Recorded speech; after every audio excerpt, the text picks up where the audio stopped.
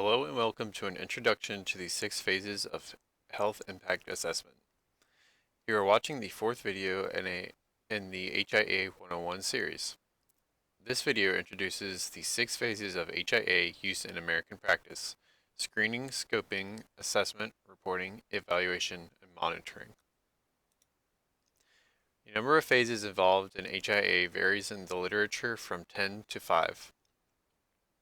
These are the 6 practices which are used in HIA practice, advocated by the Centers for Disease Control and Protection, and the minimum standards of HIA practice. It is important to remember that although they are in order in this diagram, HIA is an iterative process. Just because one has gone through the scoping phase, for instance, does not mean you don't go back and reevaluate your assumptions and predictions as more information becomes available through the HIA process. Screening is the first phase. The purpose of screening is, according to HIA, to assess the value, feasibility, and utility of the HIA in the decision-making process. In this phase, we ask the following questions. What is the decision to be informed, and who is making the decision? Is health being considered already? Is it feasible to complete an HIA? Do you have time? Do you have the right people? And do you have the resources?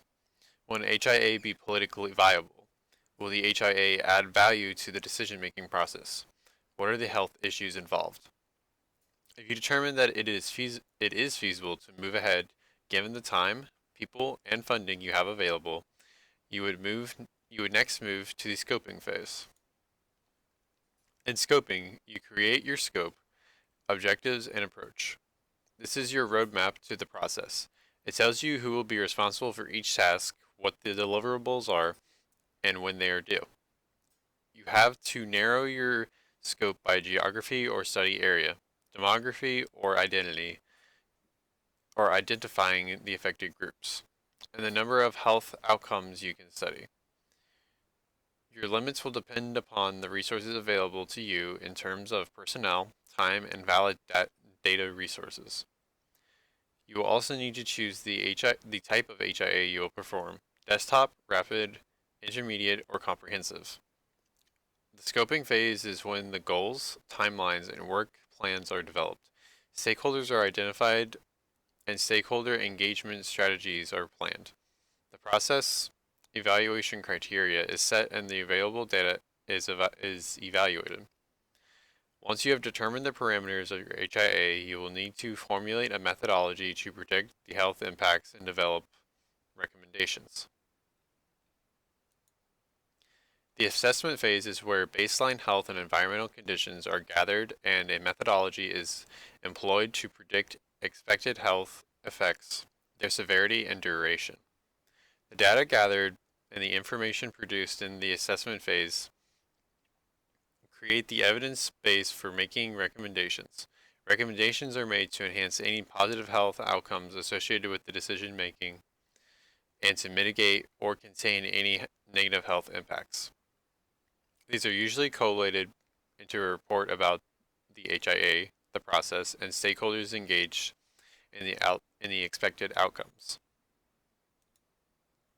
Reporting is the phase in which your communications plan is most prominent.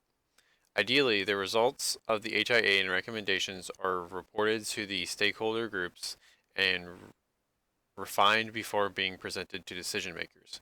The purpose is to gut check the recommendations with the community and to create buy-in and support for the recommendations. Once all input from stakeholders has been incorporated, the final HIA report is prepared and presented to stakeholders. This can take many forms: a formal HIA report, an executive summary outlining the recommendations, a one-page fact sheet about the HIA and its outcomes, or even a PowerPoint presentation. There's no one way to communicate the findings.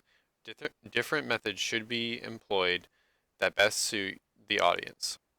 Once the recommendations have been reported to decision makers, the next phase is to evaluate your process, outcomes, and impacts. The last 2 phases, evaluation and monitoring, are usually done after the fact. Evaluation at this point in practice is primarily process evaluation, meaning you look at the way you conducted the HIA and test for effectiveness. The primary questions in a process evaluation are: did you meet the goals you set out in the beginning of the HIA? Was the process clear to everyone involved? Were the right people involved? Was your community engagement process effective at soliciting feedback from affected residents? Did residents feel their participation mattered? Did you use the best evidence and data available upon which to base your recommendations? What percentage of your recommendations were adopted? The other two kinds of evaluation are outcome and impact evaluation. Outcome evaluation is concerned with the outcomes predicted by the HIA and measures changes in health status and health determinants as this decision is implemented. Impact evaluation is broader and looks at the long-term impacts on public health stemming from the HIA, such as partnerships formed, intensified, or formalized, the institutionalization of HIA into decision-making process, or changes in policy or law resulting from the HIA. Monitoring happens after the recommendations have been accepted or rejected and the policy, plan, or project has been implemented. Monitoring refers to the process of observing the changes over time in the health indicators used to predict impacts.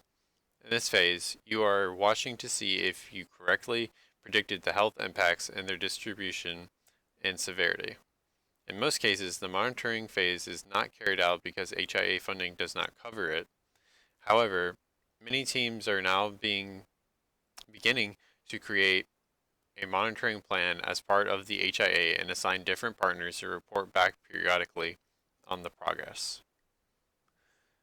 Others have created web-based dashboards to report back to their communities on a regular basis.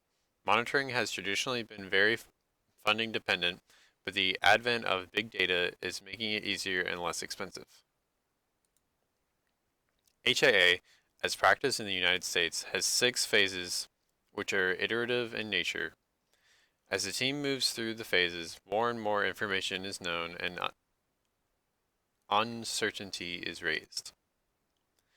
As more and more information is known, assumptions and limitations of the HIA will change and will need to be reconsidered. Each of these 6 phases can be evaluated and examined for effectiveness and rigor. As more and more HIAs are conducted, impact and outcome metrics will become more and more common, as will funding for long-term monitoring and of the predicted health impacts. Tune in to our next video for a more detailed description of each phase.